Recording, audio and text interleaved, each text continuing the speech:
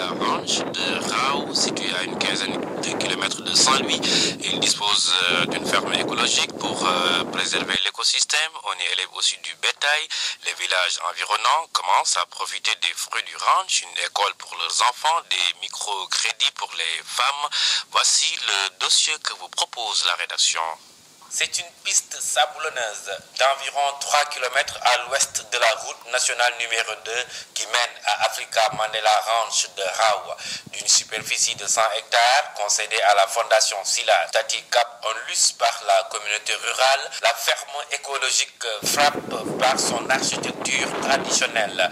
Des cases rondes avec des toits de chaume faits avec du TIFA, une innovation qui a séduit plus d'un Doudou-Si, représentant technique de la fondation.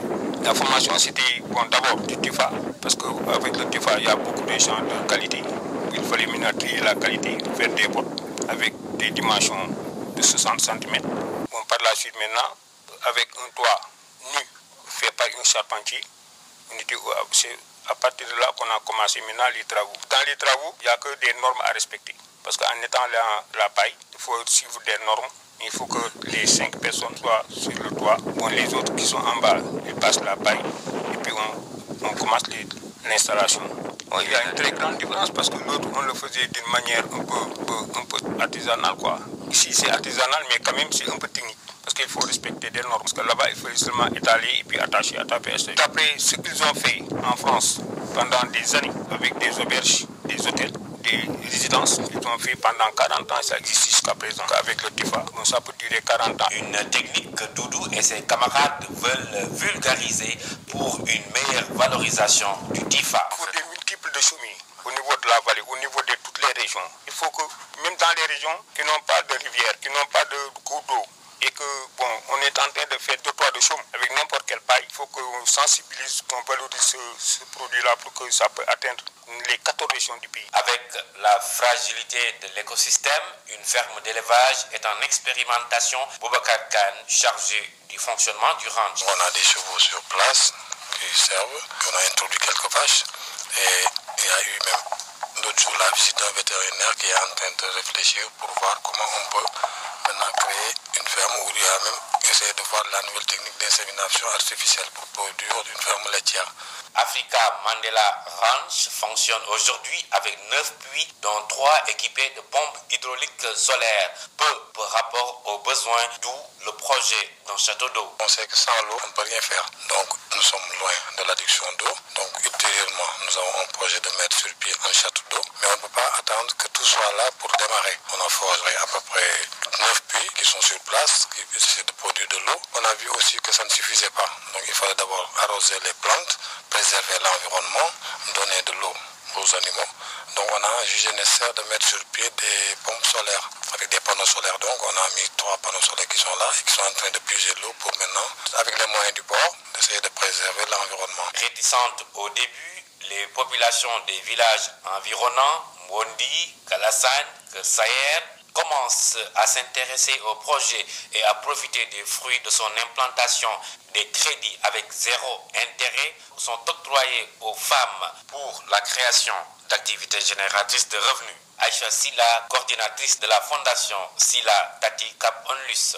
Comme nous voulons petit à petit faire des ateliers, installer des coopératives de femmes qui viennent travailler ici. Donc nous avons commencé à offrir des microcrédits donc aux femmes du village de Mbondi pour qu'elles puissent en générer des revenus. Donc elles nous ont présenté par 3 fois, nous l'avons déjà fait 3 fois, elles nous ont présenté leur projet d'embauche ovine à chaque fois que nous avons financé et donc elles nous remboursent. Donc c'est sur une période de 6 mois. Elles nous remboursent le prêt que nous avons fait. C'est un prêt à taux zéro. Et ça établit vraiment une relation très très étroite avec ces femmes. Ensuite, nous espérons pouvoir leur proposer des cours d'alphabétisation. Autre profit, l'école de 3 classes ouverte avec 43 élèves âgés entre 4 et 13 ans. En plus de l'enseignement classique, ces potages reçoivent quotidiennement des cours sur la préservation de l'environnement et de la biodiversité.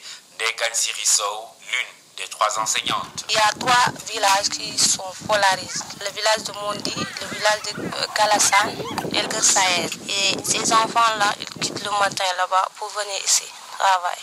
On ne peut pas développer un milieu sans pour autant qu'on instruit les enfants. C'est un peu difficile quand même parce que aussi il y a le langage qui pose problème. Ce sont des enfants qui parlent pulaar. Ils ne comprennent que le pulaar. Ils sont réceptifs. Ils commencent à faire des progrès. Ils aiment aussi l'école.